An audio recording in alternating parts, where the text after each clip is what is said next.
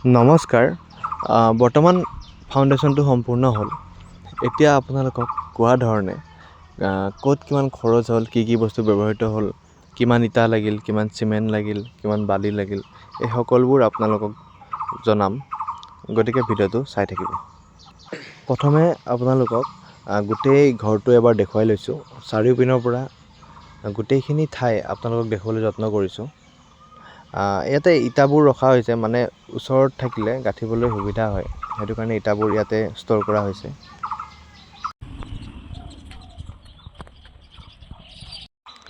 এইটো আছিলে ৰাইট ছাইডটো এইখিনি সম্পূৰ্ণ হ'ল। তাৰ পৰা এইটো হৈছে বেক ছাইডৰ পিছত এবাৰ স্পীডত গোটেইখিনি আপোনালোকক দেখুৱাই দিছোঁ। গোটেই ছাইডটো ভালদৰে চাই লওক।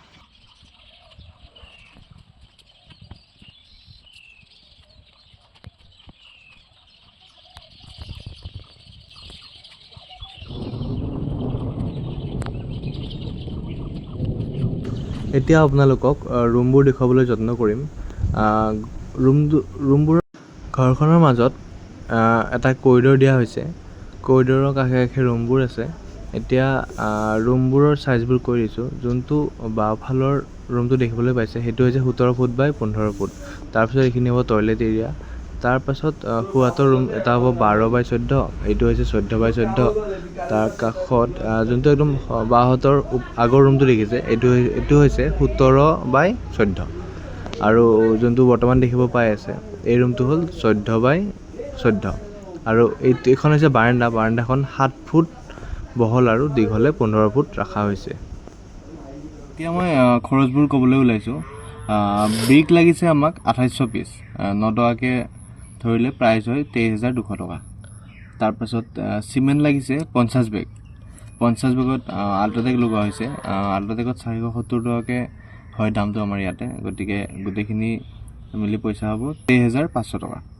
তাৰপিছত ৰড 10 mm ব্যৱহাৰ কৰা হৈছে 90 পিচ, দাম হৈছে 29,246 টকা। তাৰপাছত 5.5 mm কইল 60 পিচ ব্যৱহাৰ হৈছে। 60 পিচৰ দাম হ'ল 6,144 টকা। বালি লাগিলে 12 cm। 12 cmত পাৰ cm যদি 1000কৈ ধৰোঁ 12,000 টকা গৈছে। ষ্ট'ন চিপছ লাগিছে আপোনাৰ মানে 14,000 টকা গৈছে টোটেল। কিমান cm এইটো গম পোৱা নহ'ল। আৰ্ট ফিলিঙত গৈছে 40,000 টকা। তাৰপিছত থাকিলে লেবাৰত ফাউণ্ডেশ্যন গোটেইখিনি বনাওঁতে লেবাৰৰ গৈছে, মানে মিস্ত্ৰী যোগালী অন্য কিছুমান লেবাৰ মিলি গৈছে 37,000 টকা।